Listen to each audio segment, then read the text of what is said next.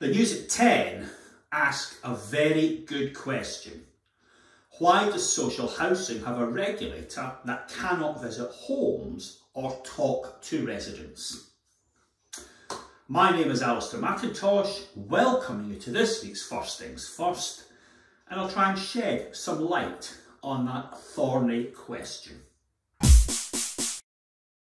Did you see Robert Jenrick's last two appearances on television about housing?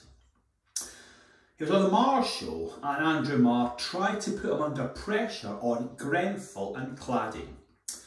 Every time Marr got close, Jenrick would say, "I know that person, I meet with them, I talk with them."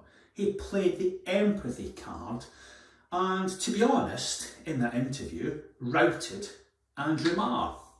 Didn't land a punch. Next up was Daniel Hewitt, ITV, News at 10. It was a more rigorous approach by Daniel, which we're grateful for. And at the end, Daniel, in exasperation, said to the minister, "Will you meet with the people who've been on these films?" And Robert Jenrick, as any reasonable person would, said, "Of course, yes, I will." So, how did we end up in a situation when the housing minister can't go and visit people and talk to them, but the regulator cannot? To understand this puzzle, it's helpful to listen to Eric Pickles. His advice was always follow the money, and that's when you get to the root of a problem. Let me take you back in time to the early days of the coalition. Austerity was all about, money was very tight indeed. And how did Grant Shapps, the then housing minister, respond? One of his first actions was to sack everyone, and I mean everyone, that went out and looked at social housing and inspected it. Every single one of them got their jotters. And the regulatory regime he designed was very, very strong in protecting the interests of the banks and institutions that lend to social housing. You'd expect that maybe during austerity after the credit crunch. You'd expect it for a while, and then you would think a more rounded approach would take over. So on the one hand, he stripped away all the consumer regulation and buttressed the financial regulation. And that regime stays with us to this very day.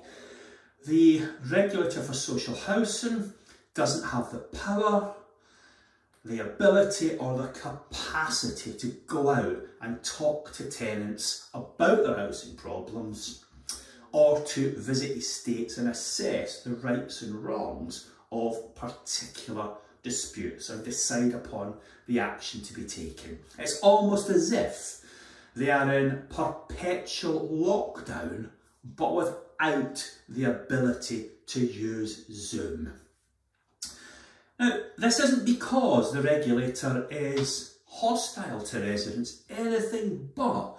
You go to any of our events or any other events where the regulator is, and they couldn't be more pleasant, more reasonable in talking to residents. It's no antipathy on their part. And the Ombudsman, for example, has a residents panel with over 100 people on it. So there's no lack of willingness, I think, from the regulator to talk to residents.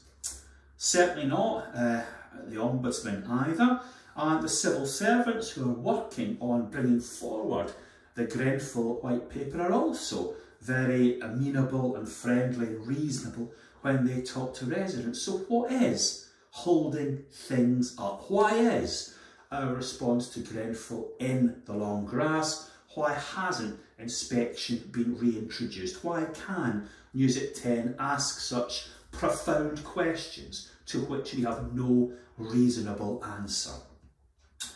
And I fear it is to do with money. Once the government and the regulator has the full picture of how much needs to be spent on the stock to put it into a reasonable state so that ITV and other news channels never visit it again, will be colossal. I can't put the figure on it, but we do know that decarbonisation and works to deal with climate change are coming down the track. I am told that the government budget for that comes to a little over £1,300 per council and social housing home. Nowhere near the amount of money required. So if we did actually have a proper regulatory system that identified problems and dealt them in a fair way, the costs of putting our stock right would come to the fore and they couldn't be ignored.